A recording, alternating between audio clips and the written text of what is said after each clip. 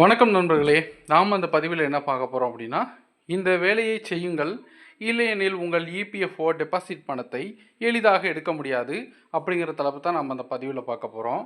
நீங்கள் நம்ம சேனலுக்கு இப்போ புதுசாக வரீங்கன்னா சேனலை மறக்காமல் சப்ஸ்கிரைப் பண்ணிக்கோங்க.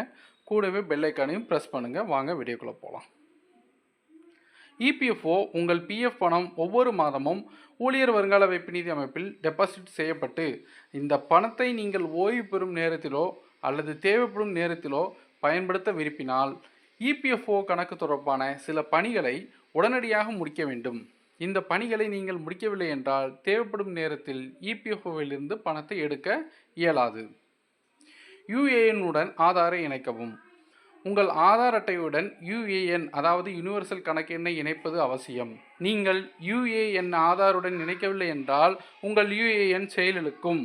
அத்தகைய சூழ்நிலையில் உங்கள் பிஎஃப் தொகை இபிஎஃப்ஓ கணக்கில் டெபாசிட் செய்யப்படாது. மேலும் உங்கள் இபிஎஃப்ஓ கணக்கிலிருந்து பிஎஃப்ஐ எடுக்க முடியாது.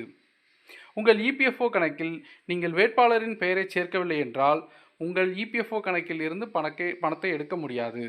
உங்கள் இபிஎஃப்ஓ கணக்கில் நீங்கள் வேட்பாளரின் பெயரை சேர்க்கவில்லை என்றால் உங்கள் இபிஎஃப்ஓ கணக்கில் வேட்பாளரின் பெயரை விரைவாக சேர்க்க வேண்டும்.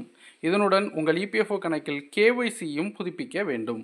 இந்த செயல்முறையை இபிஎஃப்ஓவின் அதிகாரப்பூர்வ வலைதளத்திற்கு சென்று செய்யலாம்.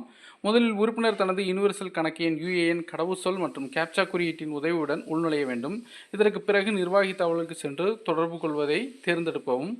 அங்கே புதிய மொபைல் எண்ணை 2 முறை உள்ளிட்ட பிறகு கெட் அத்தாரைசேஷன் பின் என்பதை கிளிக் செய்யவும்.